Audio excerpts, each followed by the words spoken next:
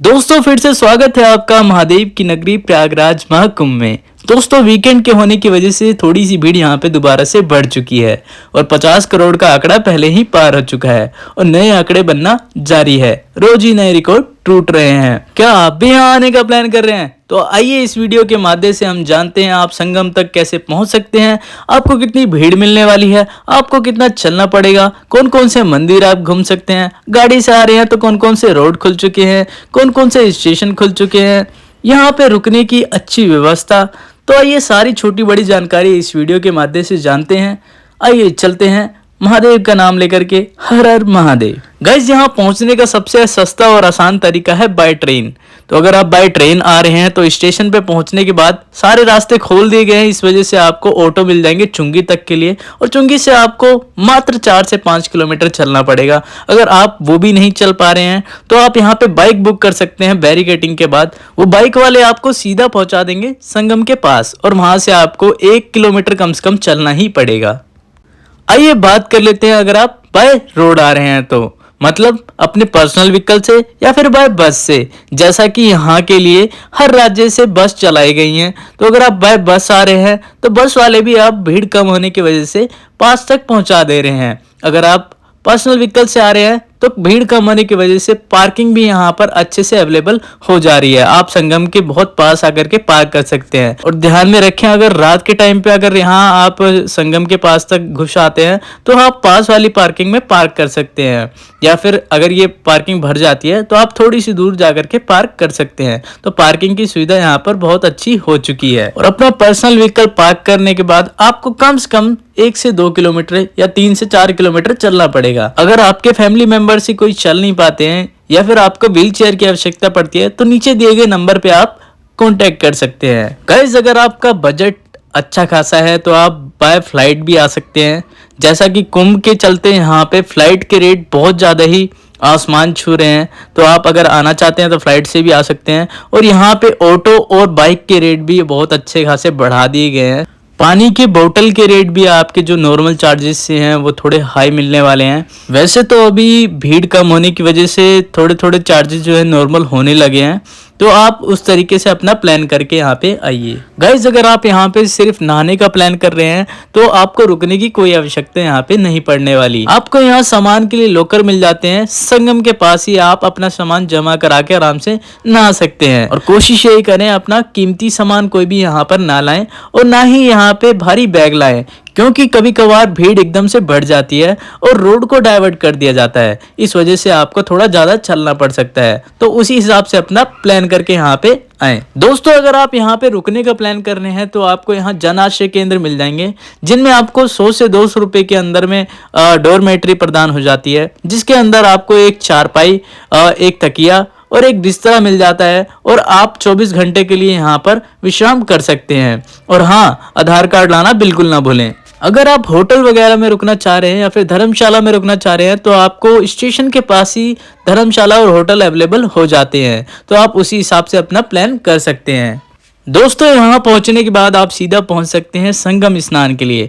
और आप देख सकते हैं मेरे सामने भीड़, जी हाँ ऐसी ही नॉर्मल भीड़ मिलने वाली है आपको अभी, क्योंकि पहले से कम हो गई है भीड़, तो आप आराम से यहाँ पे आ सकते हैं।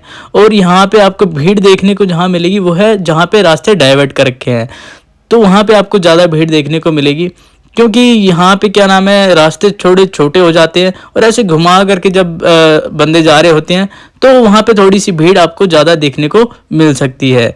और पुलिस प्रशासन भी अपना काम बखूबी निभा रहे हैं यहाँ पे, तो आपको भी उनका साथ देना होगा और अपनी यात्रा को मंगलमय बनाना होगा। और गाइस खास तौर पर अगर आप बच्चे और बूढ़ों के साथ आ रहे हैं तो उनका जरूर बहुत ज़्यादा ख्याल रखें, क्योंकि यहाँ पे भीड़ थोड़ी ज़्यादा होने वाली है उनके पर्सपेक्टिव से, और उनका हाथ छूटते ही वो आपसे बिछड़ भी सकते हैं। तो उनकी जेब में एक एड्रेस और फ़ोन नंबर की पर्ची डालना बिल्कुल ना भूलें और उनका साथ हमेशा बनाए रखें।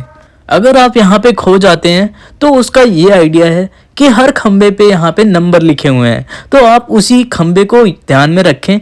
जिस खंबे के पास आपने कपड़े रखे थे, अपने परिवार को छोड़ के नहाने गए थे, उसी खंबे के पास आकर के आप अपने परिवार वालों से मिल सकते हैं। गाइस यहाँ कई सारे लोग बड़े बड़े ग्रुप में आ रहे हैं, तो कुछ के हाथ में आप झंडे भी देख सकते हैं।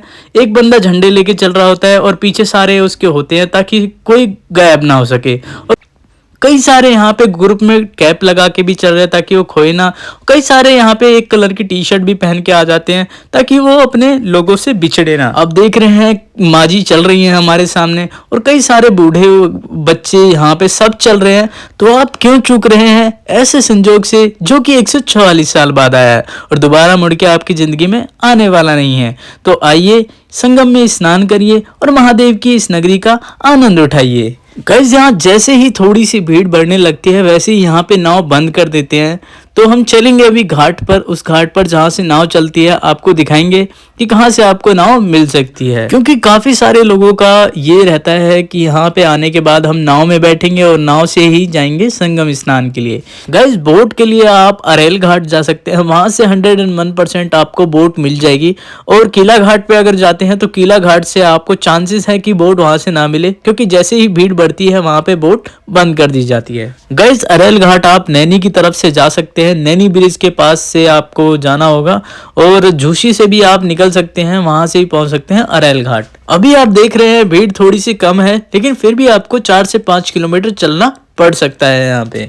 गाइस अगर आप यहाँ पे दिन में घूमने का प्लान बना रहे हैं तो दिन में धूप आपको मिलने वाली है और साथ में रेत होने की वजह से आपको धूल मिट्टी भी आपको बहुत मिलने वाली है। तो उस हिसाब से अपना मास्क वगैरह लाना बिल्कुल ना भूलें और चश्मा वगैरह बिल्कुल लाना ना भूलें। गाइस अगर आप निःशुल्क खाने पीने का यहाँ पे ढूंढ रहे हैं तो आप सेक्टर 20 और 21 या फिर अरेल घाट के पास जा सकते हैं। वहां पे निःशुल्क आपको रहने खाने का इंतजाम आपको मिल जाएगा। गाइस इसके बाद बात कर लेते हैं आप यहाँ से और कहाँ जा सकते हैं। तो आप सीधा पहुंच सकते हैं यहाँ से 1.5 किलोमीटर दूर बड़े हनुमान जी के इस मंदिर में। ये एक इकलौता ऐसा मंदिर है जहाँ पे हनुमान जी लेटी हुई अवस्था में विराजमान है। गाइस इसके बाद चले जाइए आप सीधा अक्षयवट। अक्षयवट में भी जाकर के आप दर्शन कर सकते हैं। बड़े हनुमान जी और अक्षयवट के दर्शन करने के बाद ही आपकी यात्रा संपूर्ण मानी जाती है, तो आप यहाँ भी जा सकते हैं। गाइस ये जो सारे मंदिर हैं यहाँ पे आपको पैदल ही यात्रा करनी होगी, क्योंकि कोई भी व्हीकल चल नहीं रहे इस टाइम पे भीड़ की वजह से।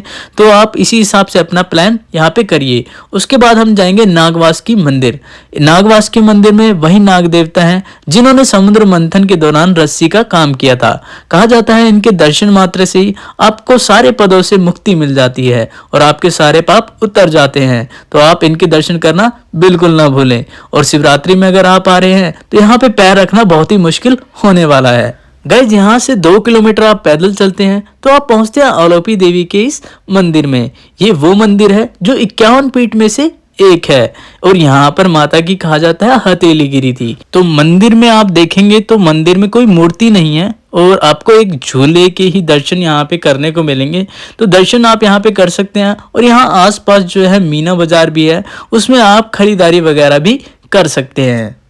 अब यहाँ से 3 किलोमीटर का सफर करेंगे और हम पहुंचेंगे मनकामेश्वर के महादेव के इस मंदिर में। अगर आप यहाँ शिवरात्रि में आने का प्लान कर रहे हैं तो यहाँ पे आपको पैर रखने के लिए जगह मिलने वाली नहीं है, तो इसी हिसाब से अपना प्लान करें। फिर यहाँ से हम 2 किलोमीटर का और सफर करके पहुंच जाते हैं नैनी ब्रिज पर। नैनी ब्रिज का दृश्य इतना मनमोहक है कि अगर आप रात के टाइम पे आते हैं तो यहाँ पे लाइटिंग बहुत अच्छी होती है और यहाँ से पूरा कुंभ नगरी आपको जो है देखने को मिल सकता है, तारों का शहर।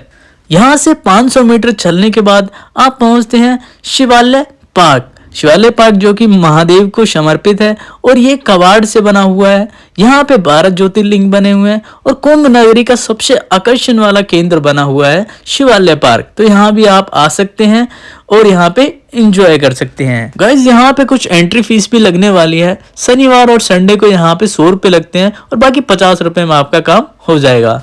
तो दोस्तों ऐसी ही और वीडियोस के लिए हमें लाइक, कमेंट, शेयर, सब्सक्राइब करना बिल्कुल ना भूलें। तो मिलते हैं आपको जल्द ही एक नए वीडियो के साथ, तब तक के लिए हर हर महादेव।